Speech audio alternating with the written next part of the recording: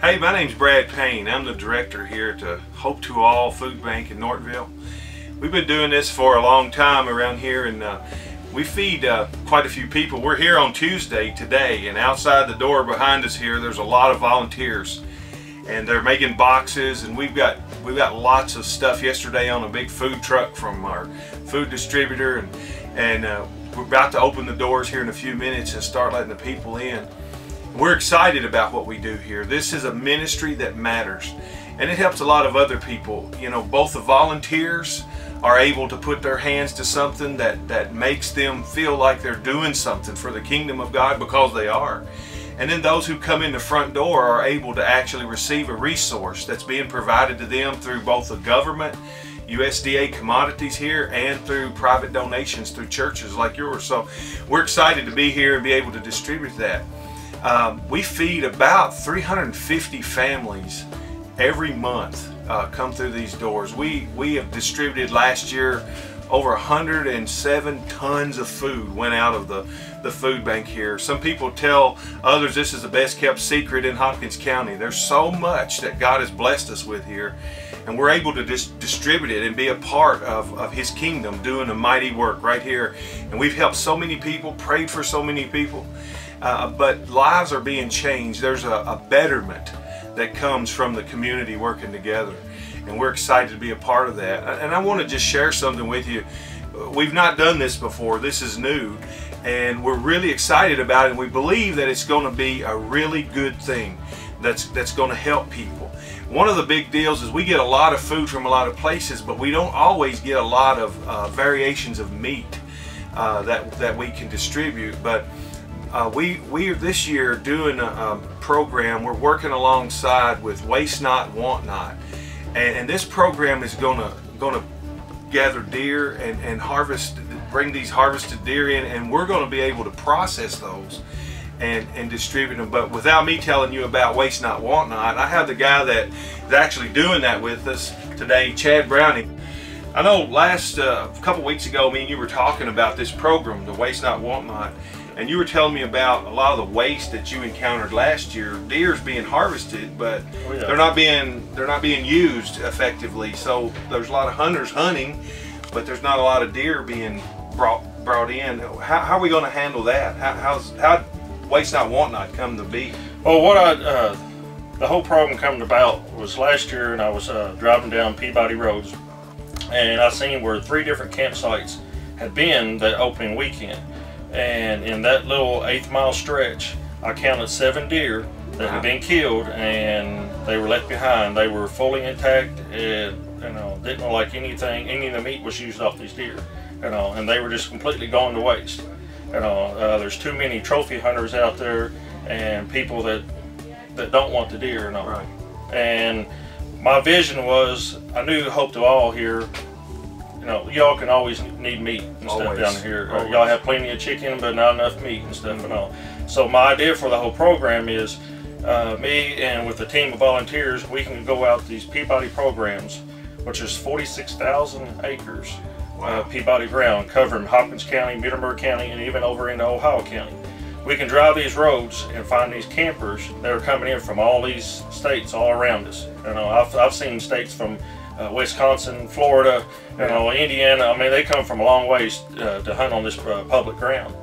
And we can go out and find these campers, give them some information, and when they kill a deer, if they want to donate it, all they got to do is call me, tell me their campsite number that we assign to them, and we'll come out, pick the deer up, get it to the processor, and get it processed for Hope to All. Wow. I'm excited about this. It don't sound like it can fail. As many deer as there are in Hopkins County, and hunters, like you said, come in. Well, you was talking about and that leads us, I guess, to logistics. How do you, I mean, obviously you're not going to do this all by yourself. I hope not. How do you bring about the army of people, maybe, or the people that you need to actually cover that many acres? Well, that's part of why we're doing this video. I need people to get in touch with me, and where I got your phone number and stuff and all. And we don't want to keep do this throughout the whole deer season. Mainly the opening weekends of gun season, muzzleload season, bow season, youth season, we want to hit those major weekends where people are most likely being in from out of town hunting and stuff, and go out and find them on these certain weekends and stuff and all. And then also too, a lot of farmers in this area also get crop tags, crop control tags. And if they have several tags, and if they want to donate meat, whether they need people to come on their property and kill the does, to donate, or if they can kill them and call me, I'll be more than happy to come pick up 2, 3, 5, 10, however many deer they get, we'll come and meet them and pick them up and transport them that way too. Okay.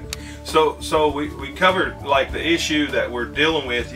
We understand the need because they're throwing the deer away. Exactly. So we don't want that to happen. And then you've got you and your volunteers are meeting and going to the different places, designated campsites and so forth. But now you've got a truckload of deer.